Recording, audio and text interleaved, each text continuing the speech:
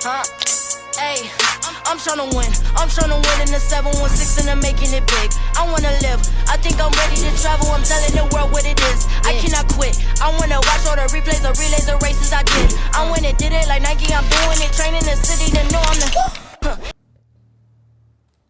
Yo, what's good, man? It's the East and Child Podcast with your one and only host, Glory Boy, here with another special guest on the podcast. And come on, bro. It's a pleasure having you here. Yes, sir. Yes, sir. I'm glad to be here. Definitely. So, we've been trying to do this in a minute, and saying, yo, let's do this. But, with the busy schedules and everything. So, finally, we're here.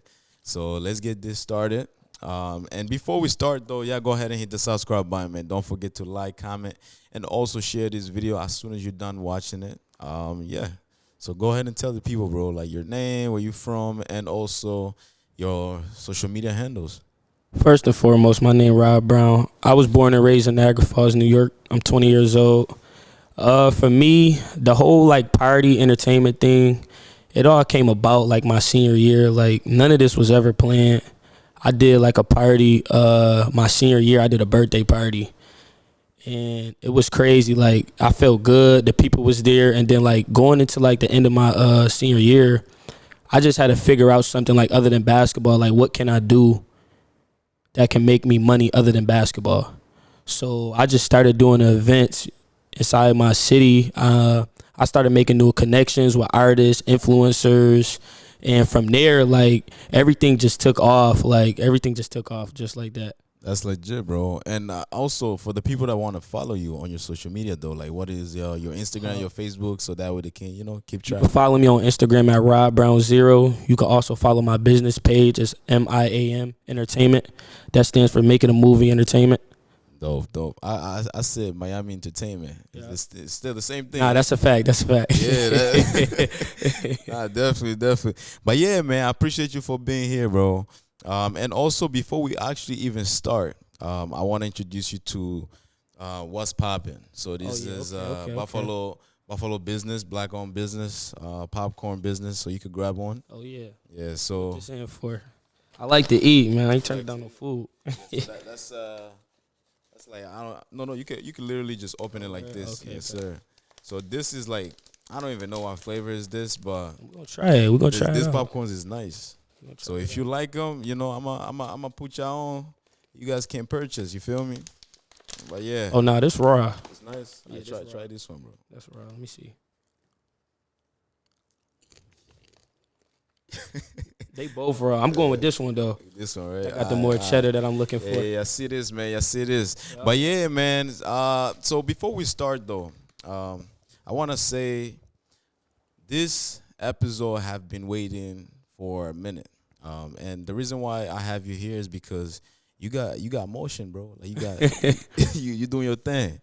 You're doing your thing, and it can inspire a lot of people. There's a lot of people actually that really don't got so much going on, but the more I have people here that have motion, they look at it and say, you know what, I could do the same exact thing. So let's start off with your background though, where you originally from, and also where were you raised? I know you mentioned Niagara Falls, but where else were you raised at? Like you said, I'm from Niagara Falls, New York. Growing up, I grew up on the east side of Niagara Falls. That's where I played at my aunt's house. Rest in peace to my aunt. Growing up for me in Niagara Falls, it's just you see a lot of things, It's a small town. We don't really got much. So growing up for me, it was just basketball. I literally slept with my ball. It all started at the Boys and Girls Club, Biddy Basketball. Every Saturday, it was, my jersey was laid out the night before. I was ready to go in the morning. I'm watching Kyrie videos at night. So, I feel I love my childhood. I love my hometown. It's just, with me being older, it was just really, just staying in my lane and just sticking to the course. Right. And we do hear a lot of things about Niagara Falls. The beauty of it is the Niagara Falls, the river, where there's a lot of people that go there. And on the other side, some people say, oh, Niagara Falls is dangerous because I don't usually be there a lot. Yeah. But what's the life there, there in Niagara Falls, for the people that live there? Man, it got hectic over the years. It's a lot of things that changed. With me growing up, me and my friends, we rode bikes. You know, we went to the store, we walked to the stores. I feel like it is a little bit more dangerous now for the kids. You know, kids ain't really playing at the park as much. It's not a lot available for the kids inside our community. It never really have been. You know, we got people in the community that's trying to push stuff, but it's like, you know, our environment just a little bit different out there. We still just struggling. We trying to make a way. Everybody trying to make a way. Right. And every day, you know, I see a lot of events going on in Niagara Falls. And also, what is it like just growing up there with your family as well? Like, how were your family handling business or handling like situations there? Yeah, I was very fortunate enough to have a great support system. Like, I was like, my support system is like beyond great. You know, I appreciate that. I appreciate, you know, all my family. Since like me growing up, like I got both my parents in my life. I got my grandparents. Even my community, people inside my community support me. You know, like I always had a good support system, and my family always backed me inside everything that I did. Right, that's amazing, bro. And also just, you know, just being a basketball player, were they coming to your games, practices, and so on, supporting you as well? Oh yeah, definitely. My dad, my granddad that passed away, rest in peace to my granddad Joe. It's sad to say, I think I was probably about like 8, 9 years old. This was Saturday. Biddy games is every Saturday, and he was literally at my game that Saturday, and I believe he passed away like Monday morning. So it's like, my last time seeing him was at my basketball game. Damn, that's crazy. So it's like that always recycles like in my head. So, and that's another reason why it's like, even though I'm out of high school, like I'm going back to school because I feel like I still got stuff to finish. Even though I'm on the party scene, the business side of things, I just feel like I don't want to leave none on the table.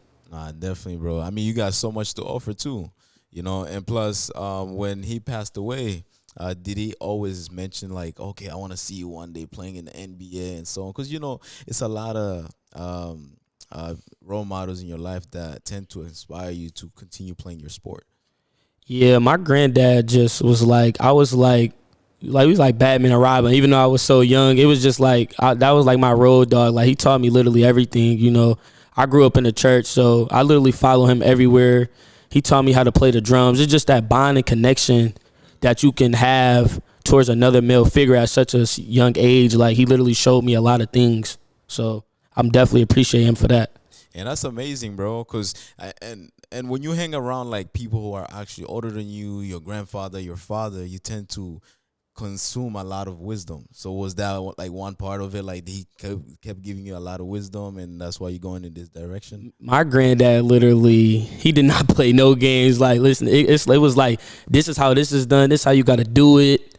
You know, I was never really baby. I was always showed how to get things done. And I feel like that helped me be the person that I am today. All right, that's amazing, bro. And also, how about your parents, like your mom and your father, in terms of like sports and support? Have they always been there at your games and your practices, and also pushing you through the journey that you're in right now, just promoting parties, having parties, and so on? Yeah, my parents always been involved in my life. I'm thankful for them. My dad was more the one who would come to my games and everything. My mom gonna make sure my bag packed. I got something to eat. But one thing I kind of want to mention, my high school career. I went to Niagara Falls High School my freshman year. My mom decided that we was gonna move to Amherst going into my sophomore year. So Niagara Falls and Amherst is two completely different type of crowds and communities. Right. You know, so I would never forget like our first time riding up there. I'm like, Mom, like we moving here? Like I ain't gonna be able to do this, you know? Right. And so like as school started out, like I was literally like just an outcast. Like I'm around all different diverses of races, and I just remember being on a bus, like I'm in 10th grade and I'm going out for the varsity basketball team. You know, it's some boys already on the bus that's already on the team, and you know, I hear them like, nah, I don't know if you're gonna make the team. And, you know, and like coming where I'm come from, like, you know, we ain't never got no handouts. Like there ain't nothing there from my city. So I just felt like that really showed me my confidence level. No matter where I go, no matter what room I'm in, I'm always me. You know what I'm saying? And I'm always gonna be able to just adapt to my environments. Nah, that's the only way to survive. You know, you have to find that way to, you know, to adapt to to your environment, especially like just being there and you heard that, I feel like that kind of like clicked something in you. You say, you know what, let me prove this guy is wrong, man. Let me show them who I am, like really. So like at the end, once you met the team, what was their reaction? The reaction was mind blowing. You know, I felt like once I kind of was telling them like where I'm from, you know, at the end of the day, like they already been there. So, you know, they got to kind of hold their own too. But with me just not being from that area and just coming in there and just doing my thing, still being respectful, but, you know, it's basketball, so I got to come in there like I belong here. Right. You know what I'm saying? So once I got in there, you know, I still had work to do. Like, I'm a sophomore on varsity. So it's like, and you got seniors on the team. So being the youngest guy on the team really requires a lot, you know? It requires a lot, and plus they're gonna be on your ass 24/7, bro. Definitely. Yeah, man. Because I remember starting up in college, because I was a college athlete at Canisius. So what happened was I got there and there was already seniors, juniors, and you know, like once you already have that group of people, they already have their starting lineup. You know, so like you just have to adapt, kind of learn from them. And also what you mentioned that was very important is having that confidence. So as soon as you have that confidence and you showed them exactly like, don't baby me, like I'm here to play just as much as you guys, they're going to put some respect on your name. You feel me? So how about like once the season started going on, how was the games? So my sophomore year, I wasn't a starter. It was an 8-man rotation. I was literally the 8th man. Right. So throughout like the middle of the season, one of the guys actually got injured. And coach is like, you know, Rod, this your turn to step up. You know, so I got my opportunity, and it was like mid-season. Probably was like about our 6th game. So that's still, you know, low away in the season. I got that starting position, and once my teammate came back, you know, coach is like, you know, we gonna keep you where we got you at because you rolling. And then ever since there, like, I was just very fortunate enough, like the work that I put in. But I felt like if I was never put in that situation, like if my mom never made that move, I don't think like my mentality for like basketball would have like been the same, because that made me come out my comfort zone. That made me be a little bit more aggressive on the court. That made my mentality be like, all right, I got to get this done, because like I don't have mentors here. I don't have people from my hometown that I could talk to and stuff like that. You know, I can't go back home to my mom and be like, yo, mom, you know, this happened at practice, da-da-da-da. Like, you know, I got to get it done. You got to get it done, bro. And plus, just thinking about it, as a man, you know, we have that ego, like, and the pride, you know, going back to your mom and crying about it.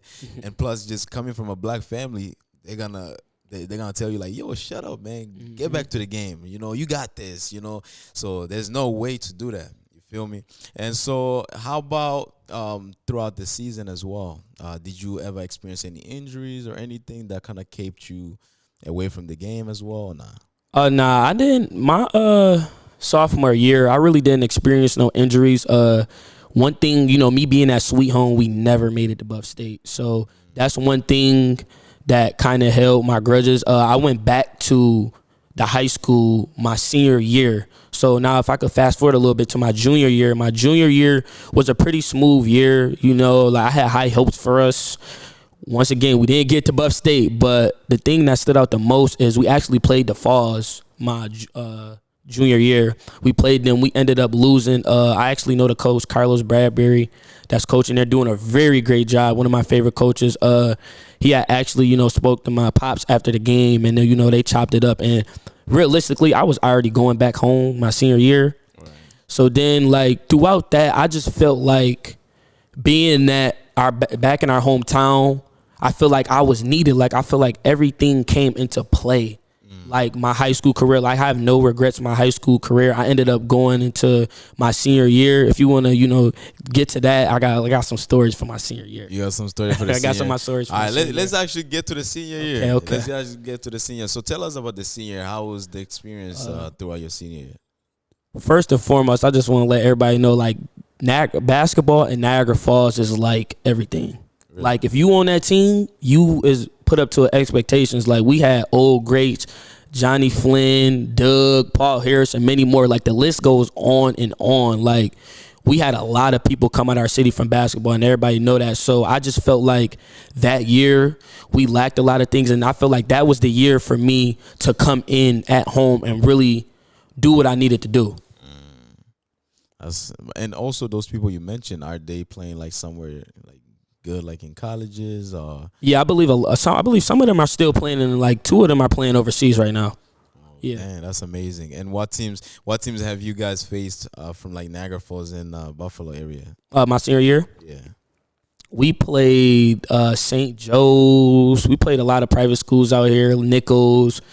We played a team from Rochester East. My senior year, like, I got no regrets my senior year. Like, it was a lot of weight on my shoulders. We didn't go to states or nothing. We won. We actually was sectional champs my senior year. Yeah, we were sectional champions my senior year. We lost to Jamestown for the championship game. But I just felt like my senior year just meant so much to me. Like I felt good about myself. I felt I learned a lot. And then what makes it even better is the guys younger than me on my team, like, they looked up to me. They bought in. You know, my coach believed in me. You know what I'm saying? Yeah, so you basically, bro, that's amazing too, because when you feel like you bringing that positive light, you know, that positive impact to the team, kind of gives you, you know, that courage to continue to fight, you know.